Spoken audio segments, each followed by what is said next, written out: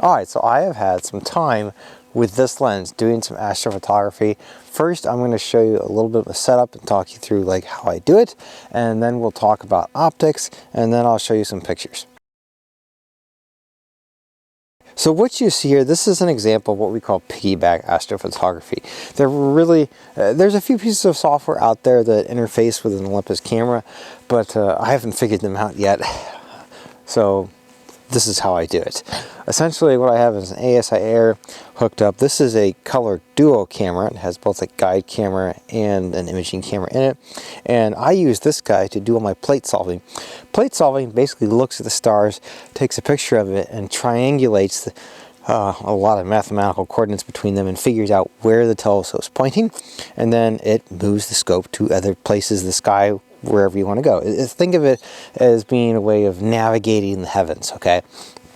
So with the ASI Air here and this guy, I was able to do my plate solving and basically get this guy pointed at different dark sky objects at night. And then the other thing that it does is it basically does the guiding.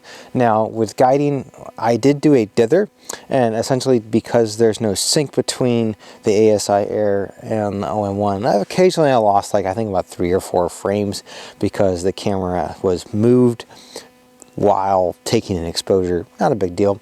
I took plenty of subs and so forth. Alright, so let's talk quickly about the optics of this lens. So lots of people talk about this lens, how great it is, okay? Now, I'm an astrophotographer though, and astrophotographers, we tend to be optical snobs, all right? We have a grade of optics that is so much higher than that of people who take terrestrial photos. I know I've seen many reviews of these fast, f1 lenses that are coming out these days, and I look at those pictures and think, ugh. Okay. In fact, I have a couple of f1.2 lenses, 3 of them, and not one of them can I use stop down any less than f4 in order to get an acceptable image of the heavens. So this guy is f4.5, and how does it stack up for me as an astrophotographer? Well, I am actually pleased to announce that I was able to use this lens wide open without any issues. It has nice flat field. I tested it at 150 millimeters, 250 millimeters, and also 300 millimeters, and a couple other focal lengths in between. But basically, at every single one of those focal lengths, I had 0 issues with stars. I think only at 150 millimeters, there was the slightest bit of coma at the very, very edge of the frame, but it was very, very minor, and you had to really magnify a lot. Actually, I had to go to about 200% magnification in order to actually even see that, okay? So excellent, excellent optics. If you buy this lens, you can use it wide open across this entire range, and at f4.5, that's actually quite fast. There aren't very many scopes that are faster than this. Now, the focal range, 150 to 400 millimeters, is an excellent set of different focal ranges, and it, basically allows you to image a lot of different things in the heavens. A lot of the larger and more brighter objects are perfect fits for these focal lengths that this lens obviously covers. Now, the teleconverter that's built into the lens, of course, I didn't really use that. Really not much of a need to use something like that for astrophotography, except for maybe when imaging the moon, which I did another video on. All right, so with this lens, one other thing that you're probably going to be wondering, and I will address, can you use it with a tracker? These trackers have become something that's very popular. They're easy enough to backpack into the backwoods and so forth. But can you use this lens with one? Well, I've got one mounted up right here, and and as you can see, it balances pretty good. It's a little bit off, just a tiny bit, but it's not bad, and basically it does work. You will be able to do probably up to 60-second exposures with this. If you're guiding with something like this, well, then you'd be able to do much longer exposures, obviously. And I've seen people put a lot more weight on here than this, but yeah, a testament to how light this lens is. It will work on a typical tracker. Okay, now to illustrate something here, we're going to talk a little bit more about optics here, and this is just kind of why we as astrophotographers are so anal about our optics. See this whiteboard? I want you to imagine that this whiteboard is a pixel, a single pixel off of the camera on the James Webb telescope, the one that they just launched a few years ago. Well, a little while ago. All right, see that little dot I just put there? That's the size of a star, okay? So pretty much no matter how long a focal length you have and how small your pixels are, even on James Webb, that monster scope they just put out there, that's how big a star is, okay?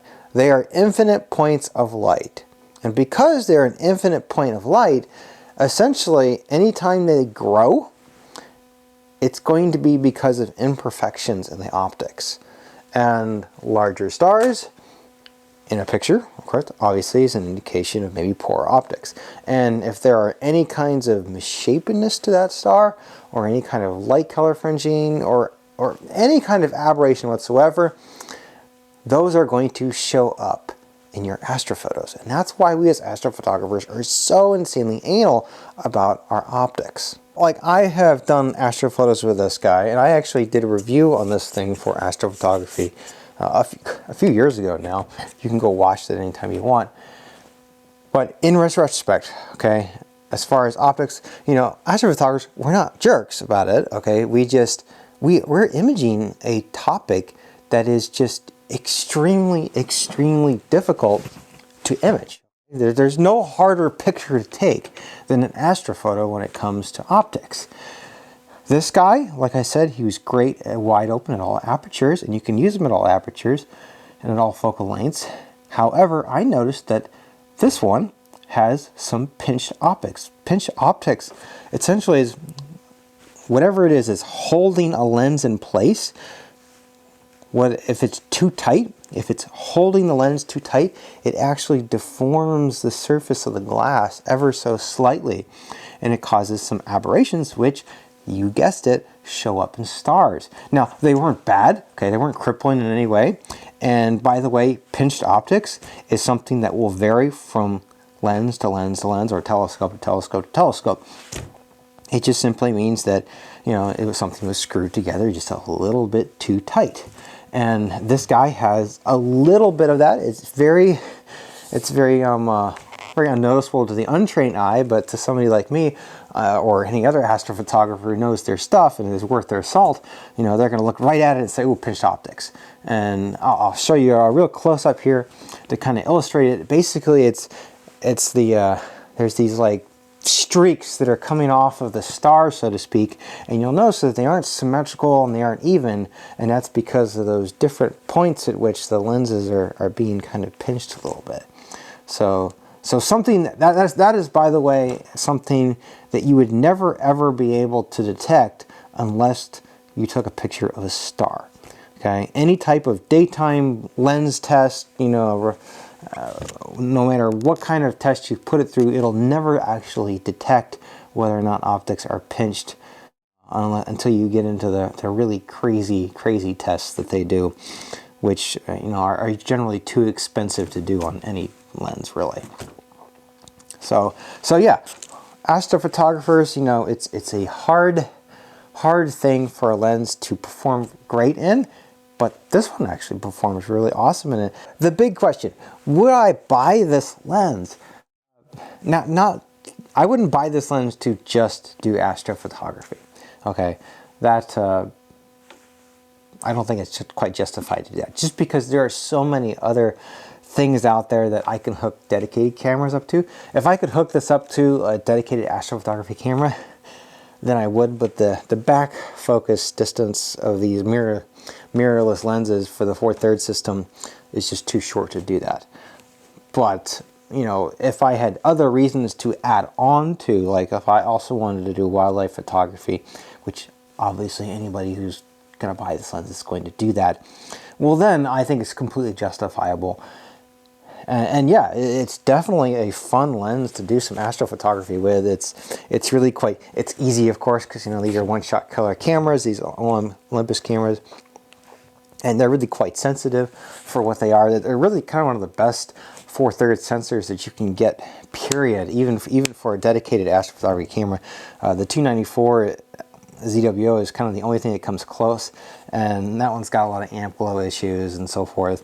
And it's also a lower megapixel count. It's only 11 megapixels, whereas these guys are 20, which is kind of a nicer number for getting a print out of something. The only downside is that these are not cooled. But, you know, there is the IMX269 camera out there too.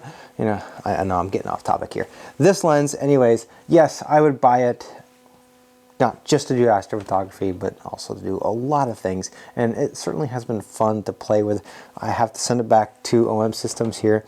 And this one here is actually an Olympus copy, although it has an OM Systems lens cap. And by the way, this thing right here, at first, I've seen this in other videos. I didn't think I would like it, but I actually really like this. It comes off easy, goes back on easy, and it protects the lens, which is what it's supposed to do. Okay, and it also, it does more than just protect the optics. You know, it kind of protects the whole front of the thing, including the outside edge.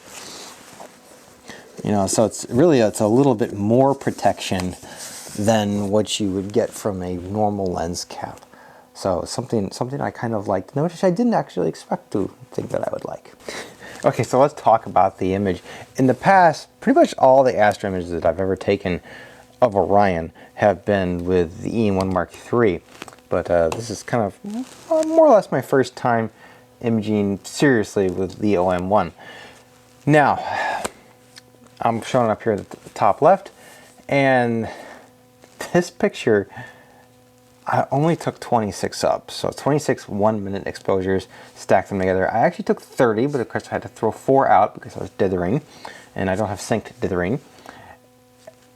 This image, it looks fantastic. Okay, it really, really does.